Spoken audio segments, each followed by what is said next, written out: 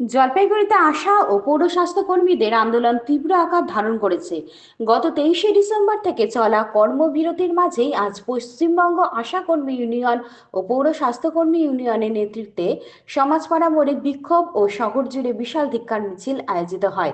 তাদের মূল দাবি হলো ইনসেনটিভ প্রথা বাতিল করে ন্যূনতম 15,000 টাকা মাসিক বেতন ও পূর্ণাঙ্গ স্বাস্থ্যকর্মী স্বীকৃতি প্রদান, এছাড়া মোবাইলের রিচার্জের বরাদ্দ বৃদ্ধি এবং মাতৃত্বকালীন ছুটির সময়সীমা বাড়ানোর দাবি জানানো হবে। দাবি পুরো না হওয়া পর্যন্ত আন্দোলন চালিয়ে যাওয়ার হুঁশিয়ারি দিয়েছে বিক্ষোভকারীরা। আপনাদের তার তরফে কি কারণে বিক্ষোভ? এমনি আপনারা জানেন যে গত 23শে ডিসেম্বর থেকে কর্মবিরতি শুরু হয়েছে পশ্চিমবঙ্গ আশাকর্মী ইউনিয়ন এবং পশ্চিমবঙ্গ পৌর স্বাস্থ্যকর্মী কন্ট্রাকচুয়াল ইউনিয়ন এআইটিউসি অনুমোদিত এই দুটি ইউনিয়নের নেতৃত্বে এদের যে শোষণ বঞ্চনা, এই যে 5,200 টাকা রাজ্য গভর্নমেন্ট দেয়, কিন্তু এই টাকায় বাস্তবে সংসার চলে না। আজকে যারা দিনমজুর করে তাদেরই হাজিরা 500 টাকা, ফলে এই 5,200 টাকায় আজকে তাদের যে সংসার প্রতিপালন হচ্ছে না। আমরা গভর্নমেন্টকে জানিয়ে দিতে চাচ্ছি যে আমাদের বেতন 25,000 টাকা যদি না করে গভর্নমেন্ট, তাহলে আমাদের এই আন্দোলন চলবে।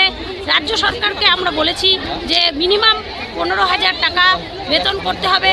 যে কর্মীরা কাজ করতে করতে মারা যাচ্ছে, সেই কর্মীরা নিঃস্ব, তাদের যে ফ্যামিলিগুলো নিঃস্ব হয়ে যাচ্ছে, সেই ফ্যামিলিগুলো 1 টাকাও গভর্নমেন্ট তাদেরকে সাহায্য করছে না, ফলে তাদেরকে অবিলম্বে 5 লক্ষ টাকা তাদের দিতে হবে।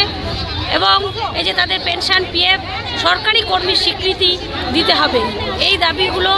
এবং এই যে মাতৃত্বকালীন ছুটি তাদের 45 দিন, তাহলে আমরা যারা আশা কর্মী ফিল্ডে যারা কাজ করছি, আমরা মায়েদেরকে বলছি যে ব্রেস্ট মিল্ক খাওয়াবেন 6 মাস, অথচ আশা কর্মীদের ক্ষেত্রে 6 মাস ছুটি নেই, সেটা 45 দিন। তাহলে এই যে সরকারের যে দ্বিচারিতা, সরকার আজকে আশা কর্মীদের মানুষ হিসেবে গণ্য করছে না। কারণ যদি মানুষ হিসেবে গণ্য করতো, তাহলে তাদেরকে 6 মাস ছুটি সরকারি ঘোষণা করতো। তাই আমরা জানাতে চাইছি যে আমাদের অবিলম্বে 6 মাস মাতৃত্বকালীন ছুটি দিতে হবে। আমার নাম পম্পা রায়, পশ্চিমবঙ্গ আশাকর্মী ইউনিয়ন জলপাইগুড়ি জেলার ইনচার্জ। এর আগেও তো আপনার অবরোধ করা হয়েছিল? না, অবরোধ আমরা করিনি। আমাদের ইউনিয়ন থেকে এই প্রথম, এটা মানে এই বছর 2025-এ আমরা কর্মবিরতি করছি। অবরোধ আমাদের ছিল না। অবরোধ আমাদের ছিল অন্যান্য আশাটা করেছিল, আমার ইউনিয়ন করেনি। আজকে কি কারণে আপনাদের? আজকে আমরা কর্মবিরতি করছি 23শে ডিসেম্বর থেকে। এই 2024 থেকে আমরা বহুবার স্বাস্থ্য ভবনে ডেপুটেশন দিয়েছি আমাদের বেতন বৃদ্ধির জন্য। তা 2024-এ আমরা একটা পোলিও বন্ধ করেছিলাম। সেই সময় মাননীয় মুখ্যমন্ত্রী আমাদের বেতনটা 750 টাকা বাড়িয়ে দিয়েছিল। তাহলে 750 টাকা তো একটা বেতন বাড়ানোটা একটা হতে পারে না। তাই আমাদের এখনকার বেতন হচ্ছে 5,250 টাকা। আমরা কর্মবিরতিটা করেছি, তার মূল কথাটা হচ্ছে আমাদের ন্যূনতম 15,000 টাকা বেতন দিতে হবে, মাতৃত্বকালীন ছুটি দিতে হবে। বর্তমানে ওনারা মোবাইল দিয়েছে, মোবাইলের বিল হিসাবে 200 টাকা করে দেয় এবং প্রত্যেক মাসে সেই টাকাটা আমরা ক্লিয়ার পাচ্ছি না। অতএব এখন তো আর মোবাইল রিচার্জ 200 টাকায় হয় না, মোবাইল রিচার্জ করতে এখন 300 টাকা লাগে। অতএব আমাদের ফুললি মোবাইল রিচার্জের টাকাটা দিতে হবে। তারপরে আমাদের যে একটা ইনসেন্টিভ, কাজের পারফরমেন্সের উপরে আমরা যে টাকাটা পাই, সেই টাকাটা আমাদেরকে ওরা ভেঙে দিচ্ছে।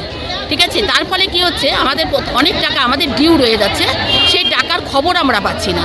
অতএব এই ইনসেন্টিভকে ভেঙে না দিয়ে ইনসেন্টিভটিকে সম্পূর্ণভাবে একবারে দিয়ে দেওয়ার চেষ্টা করুক।